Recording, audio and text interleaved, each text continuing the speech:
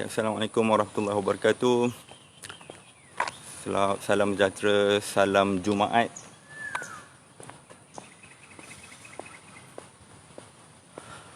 Okey, saya belum selesai lagi brisk walk saya. Target hari ni 10,000 step. Hari ni sekarang ni baru 5,000 lebih. Ada 5,000. Okey, tapi tak apa. Saya start dulu sambil berjalan. Okey, saya nak jawab dua soalan. Saya terima dari tim saya tadi ada dua soalan berkaitan dengan, kedua-duanya berkaitan dengan kanser. Sengaja saya compilkan sekali supaya di bawah tajuk yang samalah. Okey, soalan yang pertama datangnya dari Tuan Amar. Dari Tuan Amar. Jangan saya cek soalan dia.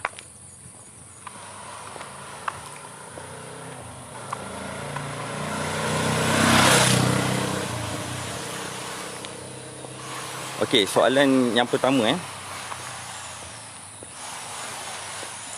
apakah pemakanan yang baik bagi pesakit kanser? Apakah pemakanan yang baik bagi pesakit kanser? Adakah ikan boleh dimakan oleh pesakit kanser? Alright.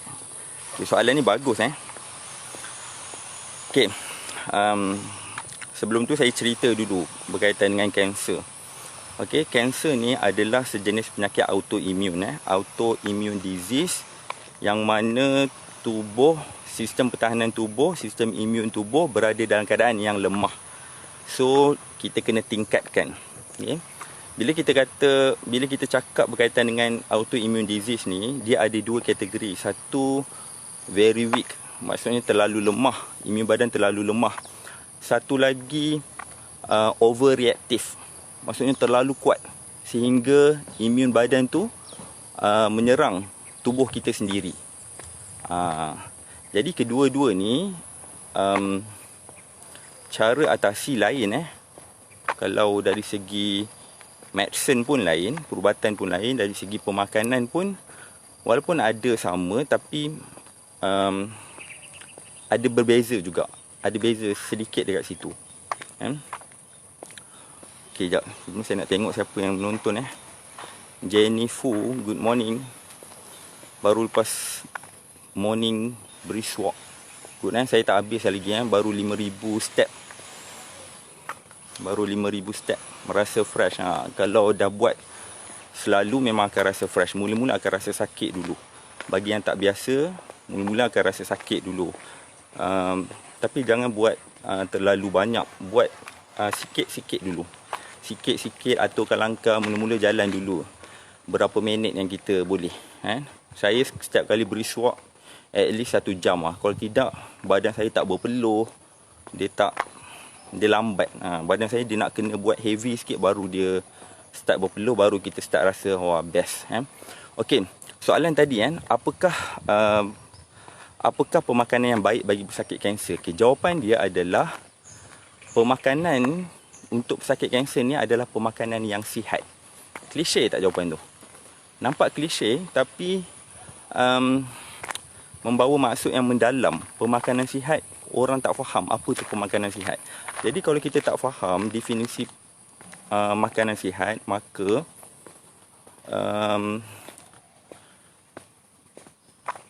sekejap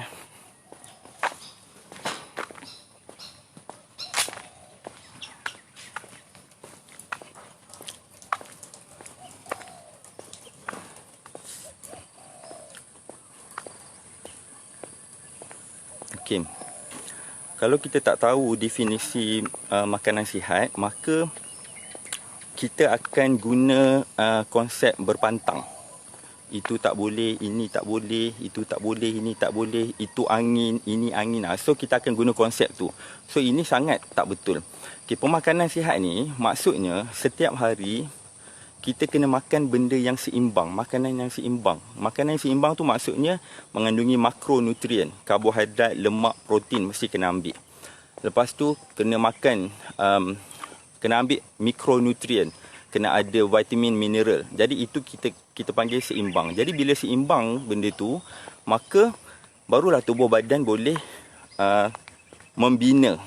Kalau ada rosak dia boleh repair sebab protein cukup, itu cukup, ini cukup.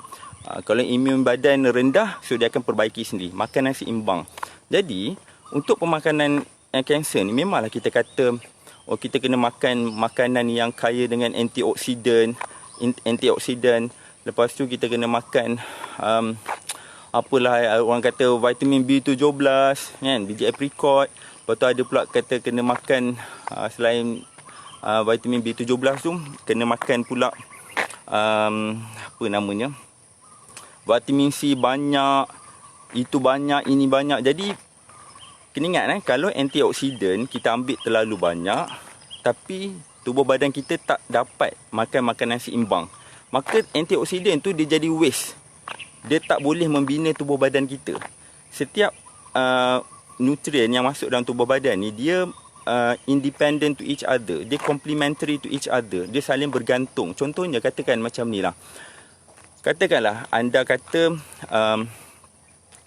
kalau kita ada masalah tulang, kita kena makan kalsium.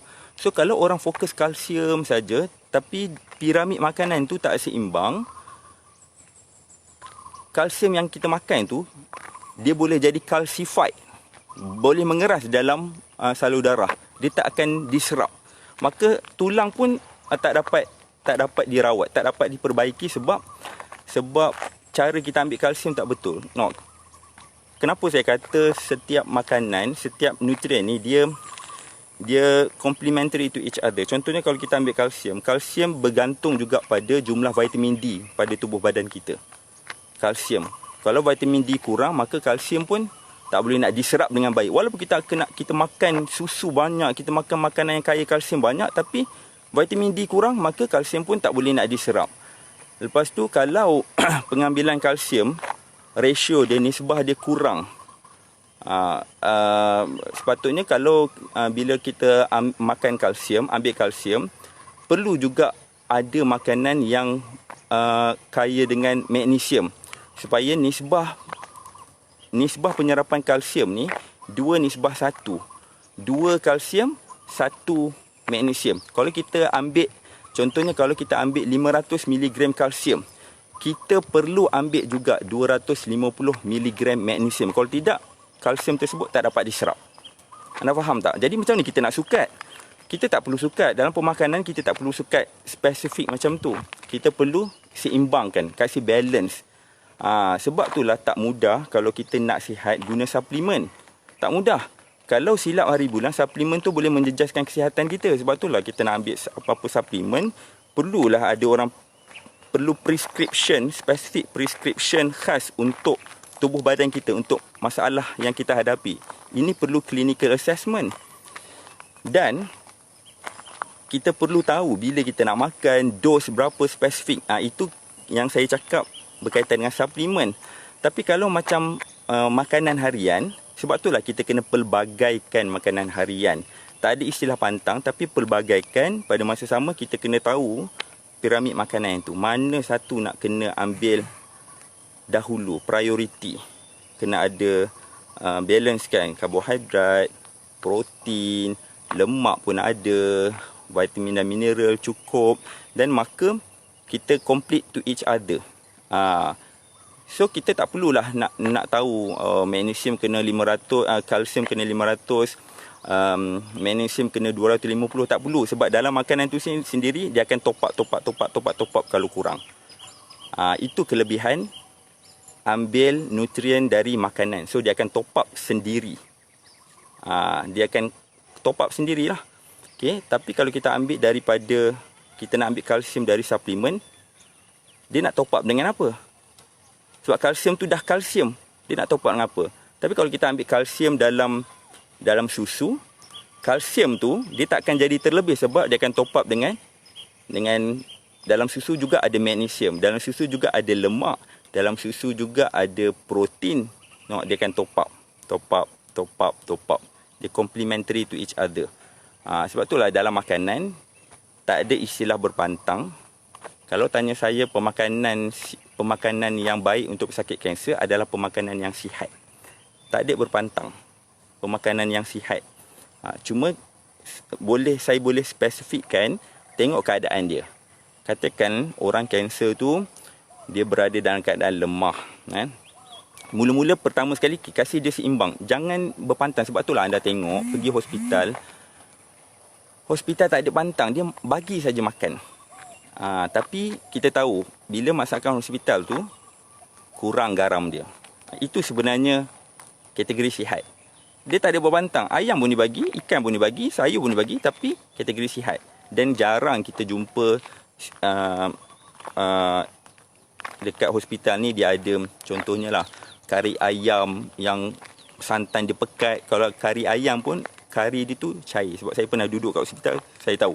So hospital tu sebab apa? Sebab makanan yang disaji tu dipantau oleh clinical dietitian, registered clinical dietitian. Okay, first, tak ada istilah berpantang untuk pesakit kanser, bersederhana dan seimbang. Yang kedua, kalau pesakit kanser tu ada masalah dia lesu, dia kurang lepas buat kemoterapi, lepas buat radioterapi, dia berada dalam keadaan lemah contohnya. Dia lemah, selera makan kurang. Time ni lah kita nak guna manipulate makanan, manipulate masakan. Bukan manipulate apa benda nak makan. Manipulate masakan. Masakan tu. Okay, dia tak boleh nak makan nasi, dia tak boleh nak makan ayam apa sebab selera makan tu dah macam kurang. Time ni kita manipulate, kita jadikan masakan tu kita jadi bubur. Bubur yang ada apa? Bubur yang ada dalam tu komplit piramid makanan seimbang. Bubur nasi, lepas tu yang dicarik-carikkan isi ayam ataupun kita blend isi ayam, tu kita blend sekali dengan carrot, so dah ada protein. Isi ayam tu lebih sikit pun tak apa. Ada protein, ada nasi, ada carrot, lepas tu kita letak sayur bayam sikit, lepas tu kita ambil lah sikit ikan bilis tu, kita blend ikan bilis tu, letak dalam dia, kasih ada rasa masin tu sikit, masin ikan bilis natural tu. Jadi dalam ikan bilis pun ada kalsium, dalam ikan bilis pun dah ada magnesium, dalam ikan bilis pun dia ada sumber protein, dia ada vitamin mineral yang lain. Dalam carrot pun dia ada beta carotene, dalam carrot pun ada macam-macam vitamin dan mineral. Lepas tu ada kita letak minyak sikit bila kita nak buat bubur tu. Kita letak satu sudu olive oil, so dia ada minyak, dia ada lemak, dia dah cover. Kita dah cover lemak, kita dah cover karbohidrat, kita dah cover jumlah protein. So bubur nasi tu kita dah kategori seimbang. Sebab apa kena makan bubur kalau orang yang kanser selera makan hilang? Orang selera makan hilang ni dia tak boleh nak, dia malas nak kunyah. Bukan malas nak kunyah, dia tak ada selera, tak ada daya untuk kunyah. Jadi dia kena makan makanan yang terus telan. Boleh buat bubur nasi. Saya pernah konsult orang, saya bagi tahu, dia memang lemah, tak boleh nak makan. Dia kata tak ada selera nak makan. Kalau boleh nak telan saja. Nasi susah nak telan macam tu. So buat bubur nasi.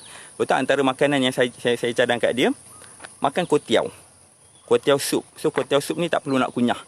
Telan saja sebab dia licin. Kan? Bila licin, terus telan. Celur kuotiao tu kasih lembut sikit, telan saja, tak perlu kunyah. So dalam kuotiao sup tu letaklah isi ayam sikit ataupun blend isi ayam, kasih betul-betul hancur, yang mana kita tak perlu nak terlalu nak kunyah sangat. Sayur-sayur letak banyak sikit, blend sekali. So dia dah jadi kuotiao sup bersama dengan sup sayur campur ayam. Itu kategori seimbang.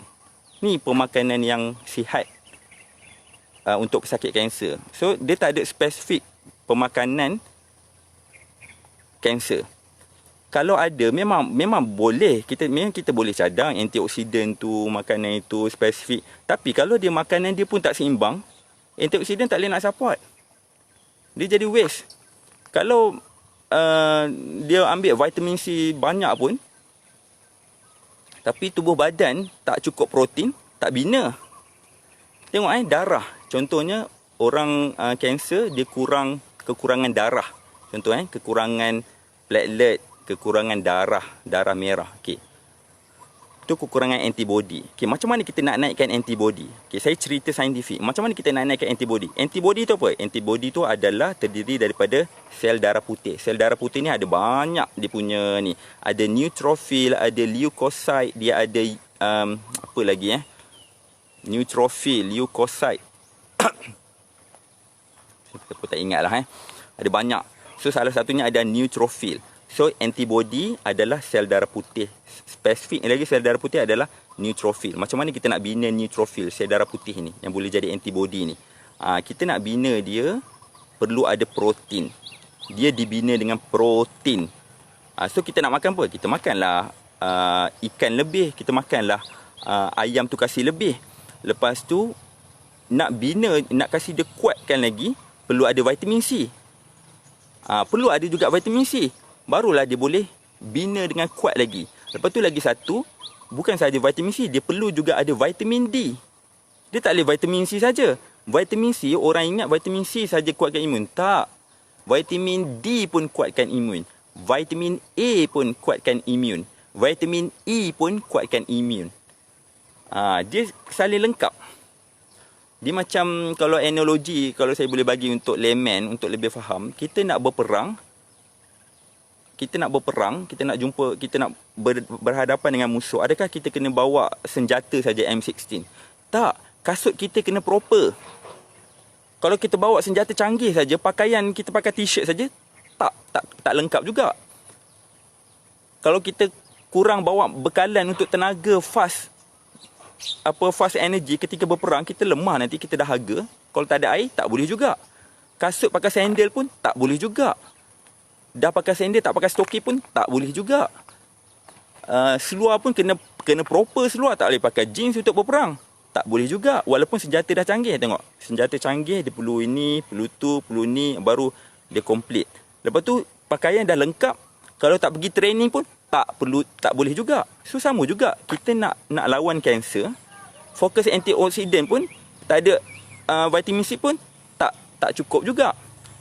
Dah vitamin C ada, protein tak cukup pun tak boleh juga. Antibody tak boleh dibina. Lepas tu kalau kita dah ambil protein,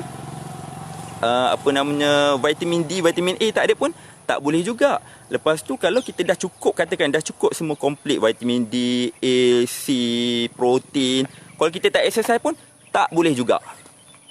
So anda nampak tak? Saya buat analogi pemakanan dengan pergi berperang. Dah belajar guna senjata, kena pakai proper. Dah pakai proper semua, kena buat latihan, training. Kalau tidak, macam mana nak tahu nak shoot dengan tepat? Sama juga, dah makan, dah sihat, kena buat exercise juga. Kalau tidak, macam mana dia nak bina? Sebab tu saya kata, pemakanan yang bagus untuk sakit kanser adalah pemakanan yang sihat. Pastikan sihat, train tubuh badan, buat physical activity, berjalan semampu mungkin, bergerak semampu mungkin, be active, barulah boleh sihat. Minda pun kena sihat juga, tak boleh negatif. Kalau ada makanan dah sihat, buat exercise, tapi asyik fikir nak mati saja pun tak boleh juga. Walaupun fikir mati tu, Nabi kata orang cerdik fikir mati, tapi dia bila fikir mati dia down, dia lagi sedih pun tak boleh juga. Nampak tak, dia banyak angle, banyak angle yang kita nak kena ni. Lepas tu tu soalan Tuan Ammar. Lepas tu dia kata lagi, dia tanya lagi, adakah ikan boleh dimakan oleh pesakit kanser? Boleh. Cuma kita tengok juga, kita nak kurangkan risiko benda-benda lain. Secara general, semua ikan boleh makan, tak perlu berpantang secara general. Okey, tetapi kita kena tahu kualiti ikan bergantung pada habitat ikan tu. Ikan keli yang dibina dalam tangki diberi makan pellet tak sama kualiti dia kalau ikan keli diberi makan lemak ayam. Ikan keli hidup habitat secara liar di sawah tak sama dengan ikan keli yang kita sendiri bela dalam tangki. Kualiti, walaupun ikan adalah ikan. Faham tak? Okey, ikan adalah ikan. Secara general, semua ikan sama. Semua ikan boleh makan sebab ikan tu adalah protein. Tetapi yang menentukan kualiti ikan tu adalah apa yang diberi makan pada ikan tu, apa yang habitat dia dekat mana. So kita nak kurangkan risiko. Jadi bila kita nak kurangkan risiko, bila kita cakap berkaitan dengan risiko, kita nak kurangkan risiko, maka makanlah ikan yang sedang-sedang. Memang ada orang kata jangan makan ikan yang terlalu besar sangat. So secara general semua boleh, sebab ikan adalah protein. Ini kita cakap general Ikan ada protein, semua boleh, tak perlu berpantang. Tetapi kalau kita nak kurangkan risiko, kualiti ikan bergantung pada habitat dia, apa yang dimakan. Okey. Jadi kalau kita nak kurang risiko, jangan makan ikan yang besar-besar sangat lah, terlalu besar sangat. Saya tak tahulah ikan apa, anda boleh cari sendiri ikan apa yang besar tu yang saya maksudkan. Ikan besar ni basically dia hidup dalam laut dalam. Okey. Bukan laut dalam yes. Dia macam ni Saya tak tahu ikan jenis apa, ikan spesies apa. Anda faham apa yang fahamkan apa yang saya sampaikan ni. Laut kualiti toxicity dia kalau kita buat kajian toksikologi, iaitu toxicity, ketoksikan laut tu, laut yang kalau di muara sungai kita panggil, dari sungai itu nak menghala ke laut, itu biasanya laut tu pencemaran dia lebih banyak. Jadi elakkan makan ikan yang ditangkap dekat situ. Sebab jumlah heavy metal dia, logam berat, boleh jadi banyak. Kalau laut yang bahagian laut dalam pun kena tengok laut apa. Laut Cina Selatan ke, laut India ke, laut Antartika ke, laut Norway ke, kena tengok tu juga. Laut yang laut bersih. Kalau dia berada di kawasan yang menghala ke, contohnya ke Selat Melaka contohnya. Laut, kalau nelayan tu ambil ikan dekat laut menghala ke Selat Melaka. Melaka. Selat Melaka tu sibuk dengan kapal, ada tumpahan minyak, air laut dia pun tak berapa nak jernih, maka ikan yang berada dekat situ banyaklah logam berat dia. Berbanding Laut Cina Selatan. Laut Cina Selatan, seberang dia tu dah tak ada daratan dah. Kita panggil laut lepas. Kita panggil ocean. Bukan sea, ocean. Ocean tu maksudnya laut lepas. Bila laut lepas, maksudnya air dia akan jadi biru. Sebab tu kita tengok dekat situ ada apa? Ada Pulau Tioman, Pulau Redang, Pulau Kapal, semua air dia cantik. Maka nelayan yang tangkap ikan dekat situ, ikan dia kurang tercemar. Pencemaran, kandungan toxicity dalam ikan tu kurang. Jadi walaupun ikan kembung, sama ikan kembung, tapi kena tengok juga ikan kembung tu datang daripada mana. Sebenarnya kita tak boleh nak elak. Ini saya kata cara kita nak kurangkan risiko. Jadi anda kena tengok ikan tu. Jangan ikan tu terlalu besar sangat. Sebab apa? Makin besar saiz dia, makin banyaklah toxic heavy metals yang diserap oleh dia. Kalau sedang-sedang, kuranglah banyak toksik. Itu secara spesifik saya nak explain berkaitan dengan toksik ada dalam ikan. Jadi saya nak cerita jangan makan ikan kembung, jangan makan ikan tu. Saya pun tak pandai sebab saya tak tahu ikan tu datang daripada mana. Bukan bidang saya. Kena tanyalah nelayan tu. Itu cara kita nak kurangkan risiko. Tapi kalau dari segi pemakanan, dia adalah protein. Dalam pemakanan kita tak adalah nak cerita bahas berkaitan dengan risiko berkaitan dengan toksik ikan tu, laut dalam itu tak ada pemakanan. Tapi kita boleh fikir sendirilah.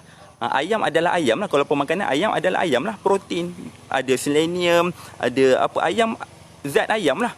Tapi kalau kita cerita ayam tu diberi makan tu bangkai tikus, ada ke ayam makan bangkai tikus?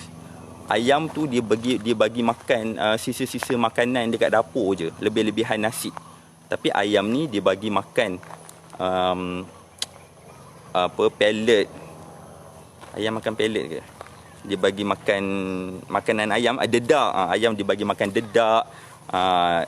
Dia tak adalah dibiar makan tak tentu hala. So kualiti dia lain.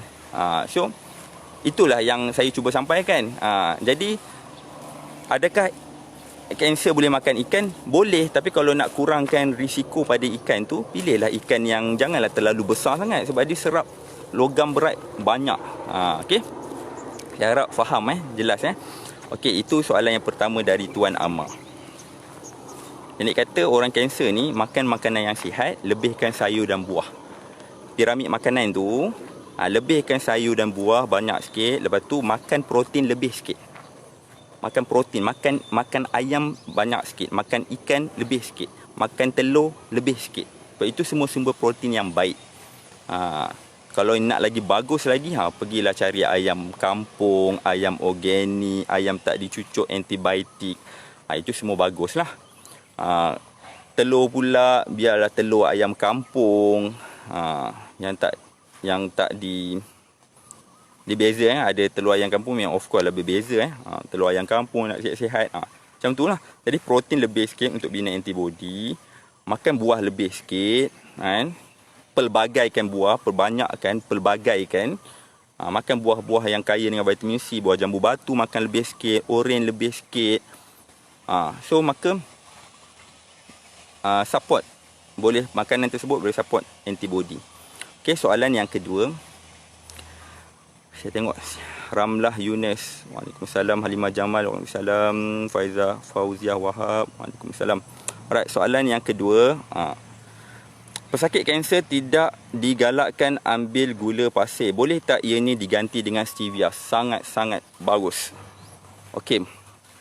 Soal gula pasir, kalau tanya onkologi, saya dah baca buku daripada pakar kanser, buku tebal saya study buku kanser supaya bila kita ada knowledge, sebab bidang kanser ni satu bidang perubatan, saya bidang pemakanan. So kita pun nak kena tahu juga selok-belok, walaupun saya bukan saya bukan bekerja di hospital rawat orang secara spesifik ni, kita boleh bantu. So bila kita tahu selok-belok penyakit tu, kita boleh bantu. Okey, bila saya baca buku daripada penulisan pakar kanser tu, Datuk Dr. Rushdan ke apa, tak ingat nama dia. Tebal buku dia. Dia ada hurai berkaitan dengan gula. Sebenarnya kalau dari segi saintifik, gula bukan penyebab kanser. Ini salah fakta. Gula, kan orang kata orang kanser ni tak boleh makan gula. Gula itu bukan penyebab kanser. Tetapi kena ingat, gula dia dapat menyebabkan radang akan lebih teruk lagi. Kalau kita ada radang, kalau kita ada inflammation dalam tubuh badan kita, gula tu dia akan trigger lagi benda tu lagi naik lagi. Dia bukan penyebab, ni sebab makan gula banyak lah ni dapat kanser. Bukan penyebab, tapi dia lagi trigger lagi. Sama juga dengan kencing manis contohnya. Sebab apa kencing manis? Gula yang berlebihan dalam tubuh badan,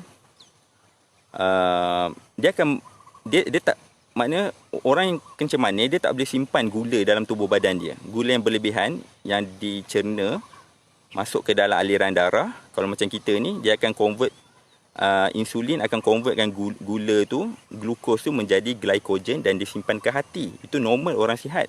Kalau orang kencing manis ni, insulin kurang, badan tak berupaya untuk convert gula menjadi glycogen dan disimpan dalam hati, maka gula dibiarkan bersepah dalam, istilahnya bersepah dalam aliran darah, dalam darah kita. Jadi, gula makanan kepada patogenik bakteria. Saya nak kaitkan. Gula menjadi makanan kepada patogenik bakteria. Gula. Jadi, kuman, kalau tengok ada gula dalam tubuh badan kita, maka kuman dia suka. Bakteria ni dia suka. Kuman jahat, patogenik bakteria ni, kuman ni dia suka. So dia akan makan. Itu memang makanan dia. Sebab itulah anda tengok kalau kencing manis, bila luka sikit, hati-hati. Bila luka sikit, dia akan lambat tutup. Bila lambat tutup, dia terdedah dengan kuman dekat luar. Bila kuman dekat luar masuk melalui luka tu, dia akan merebak. Sebab dalam darah orang pesakit diabetes, dia ada lebihan gula yang tak di-convert menjadi glycogen ni. So dia akan makan. So sebab itulah dia akan merebak. So bila terlalu banyak merebak, benda tu dah rosak, tak boleh nak repair sendiri, doktor terpaksalah potong. Bukan saja-saja potong, dia akan potong. Sebab benda tu memang tak boleh nak pulih dah. Potong. Itu saja cara perubatan yang boleh setakat ini. Sebab gula tu. Sama juga dengan kanser. Sebab apa orang kanser, pesakit kanser kena kurangkan pengambilan gula tambahan. Sebab gula tambahan ni dia bebas tau. Dia tak diikat oleh phytonutrient, tak diikat oleh phytochemical yang lain. Sebab dia adalah gula. Gula semata-mata, tak ada vitamin mineral yang lain. Gula pasir tu. Jadi bila gula ada, katakan ada radang. Orang kanser kan dia ada radang. Ada radang ke, dia ada ketumbuhan ke, tengok bergantung pada kanser lah. Ada lam ke, kalau breast cancer ada lam ke, kalau dekat kanser usus ada polyps ke. Maka berlakunya bila ada je radang, wujudnya gula berlebihan dalam aliran darah, maka patogenik bakteria akan membiak. Dia akan makan, dia suka. Itu tempat yang dia suka. Benda ada gula dia suka, makanan dia. Jadi dahlah orang kanser ni autoimmune imun dia lemah. Bila autoimmune lemah, bakteria pula banyak, kuman pula banyak sebab gula ada, maka imun dia makin lemah. Bakteria akan banyak, kuman akan banyak. Yang itulah kuman dia merebak. Kat paru-paru, dia merebak ke situ, merebak ke sini. Kanser dia lagi merebak lagi. Sebab imun sistem lemah ni, saya nak kaitkan gula dengan imun sistem dengan kuman. So dia akan lagi trigger lagi inflammation, gula. Tapi dia bukan penyebab kanser. Ini beza kalau kita makan gula yang ada dalam buah. Dalam buah apple ada gula, ada glukos, ada fruktos. Tapi gula dalam apple ni dia dah diikat dengan phytonutrient. Diikat dengan magnesium, diikat dengan pektin, diikat dengan kalsium, diikat dengan vitamin A, diikat dengan vitamin C. Gula yang ada dalam pisang diikat dengan starch, kanji, diikat dengan glukos yang lain, polisakarida yang lain, diikat dengan potasium, diikat dengan, so diikat. That's why kita makan buah selamat, kita makan itu selamat, sebab dia dah diikat. Berbanding gula seketul ni, dia tak diikat, dia tak ada nutrien, tak ada mineral, dia gula semata-mata, sukros semata-mata. Jadi bagus tak ganti stevia? Sangat bagus. Bukan saja sakit kanser, kita pun bagus kalau kita amalkan stevia. Cuma saya tak amalkan stevia. Bagi saya, sebab saya sihat, kan? Alhamdulillah saya sihat. Stevia, walaupun dia tak ada kalori, tapi dia tak ada nutrien. Dia zero kalori dan zero nutrien, stevia. Jadi saya nak nutrien. Jadi saya gantilah gula pasir ni kepada gula kelapa, pada gula perang. So gula perang, gula kelapa, gula merah, gula Melaka, dia bukan gula semata-mata. Pada dia ada molas, iaitu sejenis fiber, karbohidrat kompleks. Dia juga ada nutrien yang lain. Sebab daripada gula tebu, air tebu tu dia ada, air tebu tu dia ada nutrien-nutrien yang lain. Jadi gula kelapa daripada kelapa lah, gula kelapa, gula Melaka, gula kelapa lah, gula merah, gula perang, dia masih ada nutrien. Walaupun dia ada kalori, tapi dia masih ada nutrien. Berbanding gula pasir ni dah tak ada nutrien, penyumbang kalori tapi tak ada nutrien. Kalau stevia dah lah tak ada kalori, tak ada nutrien. Jadi stevia ni bagus untuk orang diabetes lah. Orang diabetes bagus ambil stevia lah. Kalau takut ni kan, kalau macam sihat ni, sayanglah kita nak nutrien. Walaupun tak ada masalah pun gula, tapi kita nak nutrien. Carilah gula yang bernutrien, iaitu carilah gula yang warna dia bukan warna putih. Okey, itu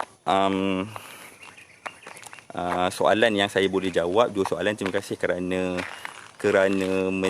bertanya kepada tim kami. Ingat kalau anda ada soalan, jangan tanya dalam grup. Grup pasti akan terlepas. Kita ada total, sekarang ni ada 28 grup WhatsApp. Di bawah konsultan sihat kita ada 28 grup WhatsApp. Tugas tim konsultan sihat akan belas saja info. Kadang-kadang saja boleh tengok. Kalau tanya dalam tu, kalau sempat tengok, perasan, adalah.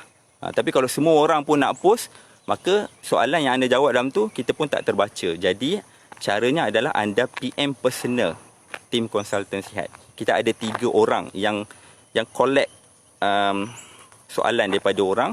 Dia akan pass pada saya dan saya akan jawab. Okey? Itu saja perkongsian daripada saya. Jaga diri baik-baik, jaga kesihatan. Kalau anda sihat, anda kaya. Saya nak semalam saya tengok dalam YouTube orang interview Ustaz Ibit. Saya sangat tersentuh dengan jawapannya, sangat tersentuh. Anda boleh jadikan ini satu renungan.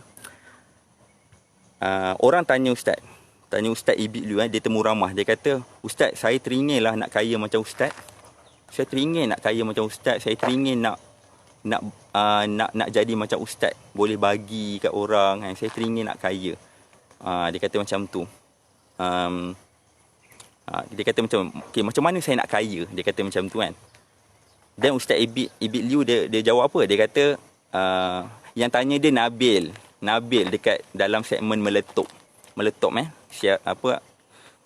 rancangan meletup tu lah. Jadi dia kata, Ustaz Ibit jawab, Nabil, kaya ni dia ada banyak definisi. Kita nak kaya macam mana? Kaya ada banyak definisi. Kita nak kaya macam mana?